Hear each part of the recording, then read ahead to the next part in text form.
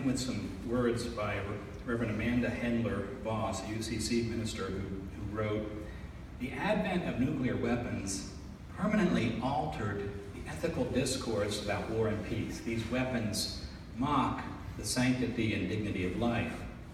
But if nuclear weapons pose a unique threat to God's creation, why are so many congregations silent?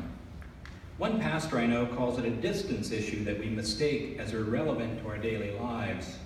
Even more perilous, there exists a national narrative that always threatens," she said, "to eclipse the biblical narrative. The hypocrisy of claiming our right to a weapon we forbid others to have.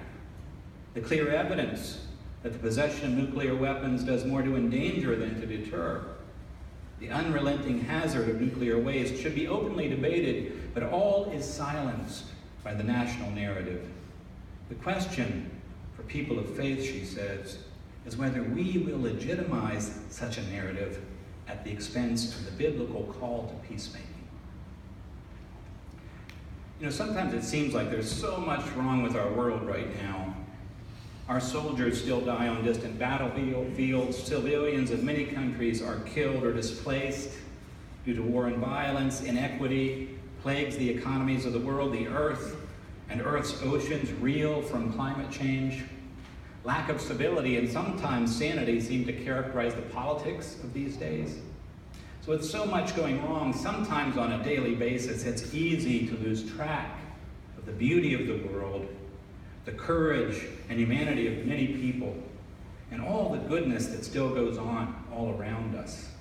It's easy to feel overwhelmed, frustrated, angry, and the farthest thing from peaceful or centered in any way. For that reason, I have to be honest, I was very hesitant to bring up nuclear weapons or Hiroshima today. Talk about feeling overwhelmed.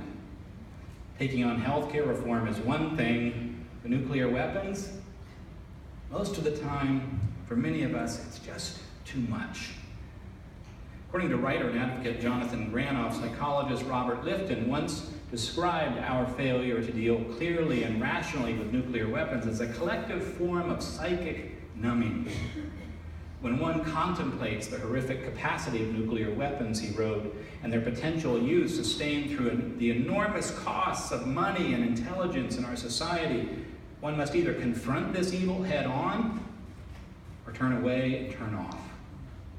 Most people find it too difficult to face. Like I said, it's just too much. We turn away because all we can see is what we don't have. The energy and resources we don't have, the power and influence we don't have, the hope we don't have. Jesus responded differently, as we saw in today's reading. Like you and I, he was only one person, one very vulnerable person living in a relatively powerless backwater of the Roman Empire. In many ways, he was a nobody among nobodies, a nobody who would eventually be crushed by the violent powers of his own time. But Jesus didn't see his life or his world that way. He lived out of a deep sense of abundance, an abundance of hope and possibility that flowed from faith in the abundance of God's love for the world. Because of that abiding faith, Jesus became God's somebody wherever he went. Among other things, that meant he wasn't afraid to look at suffering. In fact, he went toward it and sought to embrace it and bless it and heal it. He wasn't afraid of his enemies either. In fact, he went toward them and engaged them and loved and blessed them too.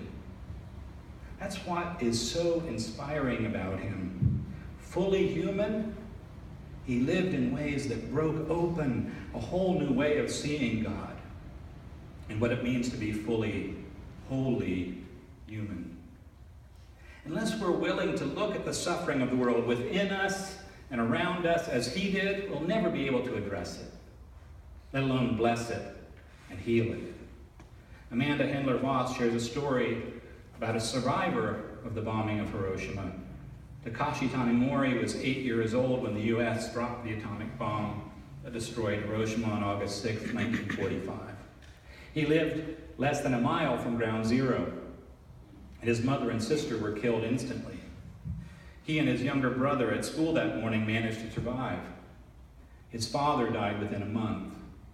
And beside his father's grave, Takashi swore he would avenge his loved ones' deaths. Telling his story many years later, he reflected, "My greatest enemy is the darkness in my own heart." 40 years after the bombing, Takashi had a vision of his father and recalled his dying words, "Live for the benefit of others." He now confesses, "Forgiveness is setting my heart free, and yours can be set free too."